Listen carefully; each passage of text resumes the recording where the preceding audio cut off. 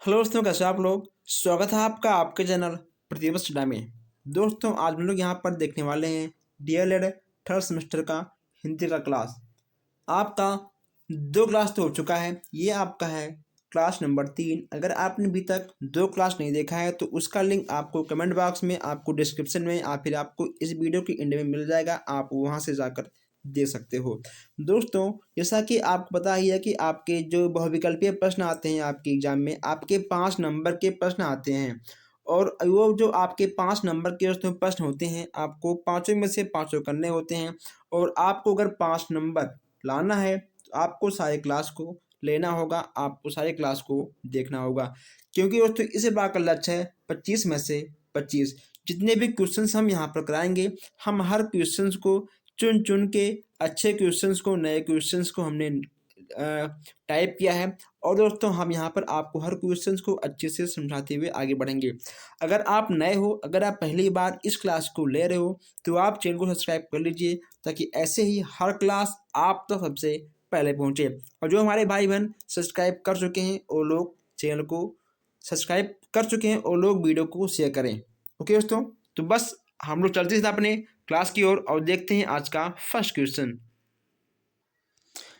पहला आपका यहाँ पर है, भाषा एवं विचार में अभिव्यक्ति का प्रभाव प्रयुक्त होता है सुनने में, पढ़ने में, बोलने में या सभी। अगर बात करें आंसर की, तो दोस्तों जब हम लोग अपने भाषा एवं विचार के अभिव्यक्ति को रखते हैं तो दोस्तों कहीं ना कहीं वह आपका सुनने में, पढ़ने में, बोलने में या सभी में से होगा आपका बोलने में।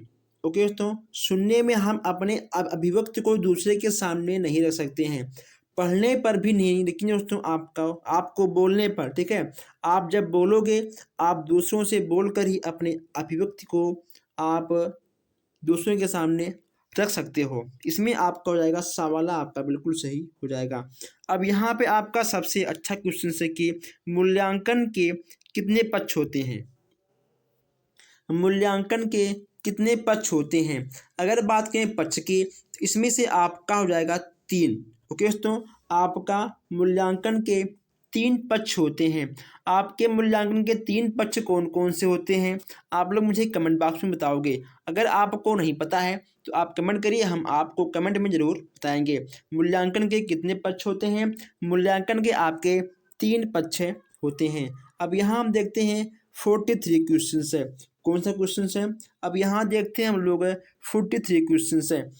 कौशल की कुशलता को डैश भागों भागों में बांटा जा सकता है। ओके दोस्तों, कौशल की कुशलता को कितने भागों में बांटा जा सकता है, 2, 4, 3 या फिर 6। कौशल के कुशलता को हम लोग 4 भागों में बांट सकते हैं। कितने भागों में, हम लोग इसको 4 भागों में बांट सकते हैं। अब दोस्तों, यहाँ पर हम बहुत तेज़ी के साथ सारे क्वेश्चंस को हम खत्म करेंगे, ताकि आप लोग कम टाइम में अधिक से अधिक क्वेश्चंस को टेस्ट कर पाओ।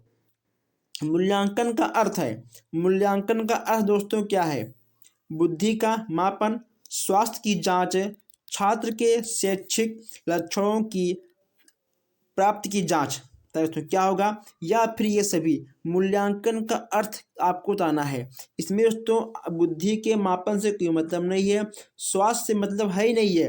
दोस्तों आपका ये सभी भी नहीं होगा, इसमें आपका हो जाएगा बा। ओके दोस्तों, आपका बा वाला बिल्कुल सही हो जाएगा। मूल्यांकन का अर्थ का आपका दूसरा बिल्कुल सही हो जाएगा। दोस्तों, बार बार आने वाले क्वेश्चंस हम यहाँ पर आपको दिखा रहे हैं, देखिए। मूल्यांकन एक निरंतर चलने वाली प्रक्रिया है या कथन है। दोस्तों, मूल्यांकन निरंतर चलने वाली प्रक्रिया है या कथन किसका है, आपको बताना है। एनसीईआरटी की। एनसीईआरटी का नाम आप लोगों ने सुना होगा, एनसीईआरटी का होता है। दोस्तों, अब यहाँ पर हम आगे बढ़ते हैं। अगर आपको किसी भी क्वेश्चन में डाउट हो, आप हमसे पूछ सकते हो। मूल्यांकन अनुरूप है, मूल्यांकन अनुरूप है। दोस्तों, उद्देश्य, प्रविधि, विधि या फिर सिद्धांत को। मूल्यांकन अनुरूप है दोस्तों विधि के, किसके, विधि के अनुरूप है। मूल्यांकन विधि के अनुरूप है। ठीक है। चलिए नेक्स्ट आपका है मूल्यांकन का क्रियात्मक पक्ष है। मूल्यांकन का क्रियात्मक पक्ष दोस्तों क्या है? अब यहाँ पर हम क्रियात्मक पक्ष की बात करते हैं। इसमें आपका दोस्तों हो जाएगा द वाला स्वाभाविकरण करना। द वाला इसमें आपका बिल्कुल सही हो जाएगा। प्रतिक्रिया करना, ओके दोस्तों, ये सब आपका नहीं होगा, ठीक। घटना हो इसलिए दोस्तों आपका नहीं होगा, आपका द वाला बिल्कुल सही हो जाएगा। अब यहाँ देखते हैं 48 क्वेश्चन से। मनुष्य के भावों की अभिव्यक्ति होती है। मनुष्य के भावों की अभिव्यक्ति होती है, इसमें से आपका क्या होगा? दोस्तों जो क्वेश्चंस आपको नए लगे आप उस क्वेश्चंस को नोट करते हुए आगे जरूर बढ़िएगा। अगर कोई भी डाउट है आप हमसे पूछ सकते हो। मनुष्य के भावों की अभिव्यक्ति होती है, किसमें आपका होगा? यहाँ पर हम देखते हैं 48 क्वेश्चन है दोस्तों, इसमें आपका हो जाएगा उपयुक्त सभी, ठीक है। आपका आ बा सा आपका तीनों आपका सही होगा, यानी दोस्तों आपका संकेत वाणी उसके बाद आपका भाव अभिभावों द्वारा, यानी आपका द वाला बिल्कुल सही हो जाएगा। नेक्स्ट यहाँ पे आपका है रचना का अर्थ। दोस्तों रचना का अर्थ इसमें से आपका क्या होगा? जैसा कि हमने आपको बताया भी था कि दोस्तों अगर मान लो आपको क्वेश्चंस के आंसर नहीं मालूम है, अगर आपको कहीं पर भी उपयुक्त सभी दिख रहे हैं तो आपको उपयुक्त सभी भी मारना है दोस्तों, यानी आपका इसमें से द वाला बिल्कुल सही हो जाएगा, इसमें कोई डाउट नहीं है। मौखिक अभिव्यक्ति में नहीं आता। मौखिक अभिव्यक्ति में नहीं आता दोस्तों, क्या नहीं आता? वार्तालाप, भाषण या फिर पत्र लेखन या फिर कविता लेखन। तो लेखन बताइए इन चारों में आपका कौन सा नहीं आता? अगर बात करें मौखिक अभिव्यक्ति में नहीं आता तो दोस्तों मौखिक में जब हम भाषण देते हैं या दोस्तों सुनते हैं, यह आपका मौखिक में आएगा, ठीक है। वार्तालाप, दोस्तों वार्तालाप कहीं ना कहीं जब हम लोग बात करेंगे तो ये भी आपका आएगा मौखिक में, ठीक है। उसके बाद दोस्तों यहाँ पे आपका लिखा है पत्र लेखन। दोस्तों पत्र लेखन यानी हम पत्रों के द्वारा अपने भावों को किसी के पास भेजते हैं, ठीक है। वह पत्र को पढ़कर हमारे भावों को समझता है, या भी एक प्रकार का आपका मौखिक में आएगा। लेकिन दोस्तों कविता लेखन, ठीक, यह आपका कुछ भी नहीं है, यह आपका नहीं होगा, यानी आपका द वाला सही होगा, यानी जो गलत है वही आपका सही होगा। इसमें से आपका द वाला बिल्कुल सही हो जाएगा। दोस्तों आइए आगे बढ़ते हैं। अब यहाँ हम देखते हैं नेक्स्ट क्वेश्चन से, मौखिक अभिव्यक्ति की विशेषताएं हैं। मौखिक अभिव्यक्ति की विशेषताएं कौन सी हैं? अभी हमने आपसे कहा कि अगर आपको दिख जाए उपयुक्त सभी तो दोस्तों आपको सही मानना है, यानी शुद्ध भाषा की अभिव्यक्ति, शुद्ध उच्चारण, सख्त भाषा, ओके दोस्तों आपका हो जाएगा उपयुक्त सभी।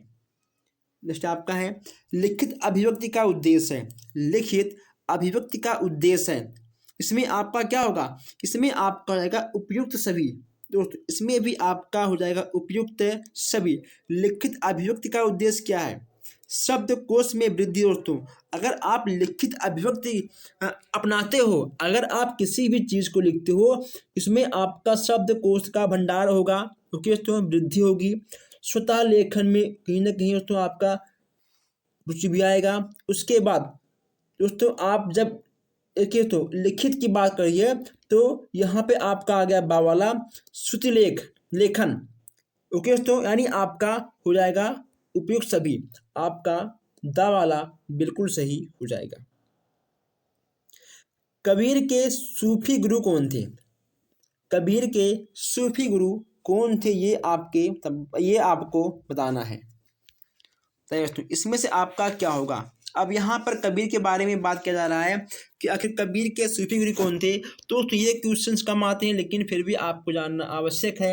इसमें से आपका हो जाएगा आ वाला, ओके दोस्तों, ये क्वेश्चंस कभी नहीं आया है लेकिन आपको देखना आवश्यक है, शायद इस बार आ जाए। चलिए, क्या भूलूं क्या याद करूं। दोस्तों क्या भूलूं क्या याद करूं, आप इस क्वेश्चंस को 3 स्टार में लिखिए, ठीक है दोस्तों। ये क्वेश्चंस आपके बार बार आते हैं, क्या भूलूं क्या याद करूं। दोस्तों यह आपका क्या है? यह आपका एक प्रकार का आत्मकथा है, क्या है, यह आपका एक प्रकार का आत्मकथा है।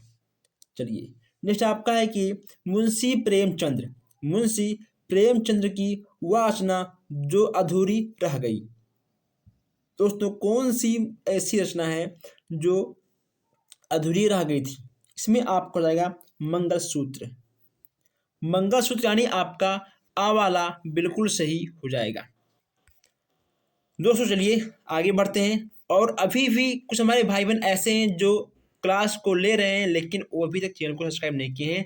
सब्सक्राइब कर लीजिए, वरना आप तक क्लास पहुंचेगा ही नहीं, फिर आएगा बैग, फिर कहोगे सर हमारा बैग आ गया। तो आप लोग सब्सक्राइब कर लीजिए ताकि हर क्लास आपको सबसे पहले मिले, आपका बैग ना आए।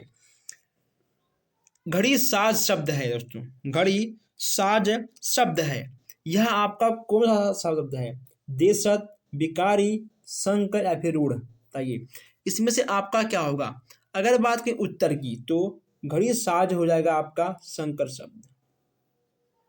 क्या होगा आपका? आपका हो जाएगा संकर शब्द। चलिए रसाल पर्यायवाची शब्द है। रसाल पर्यायवाची शब्द दोस्तों इसमें से आपका कौन सा होगा?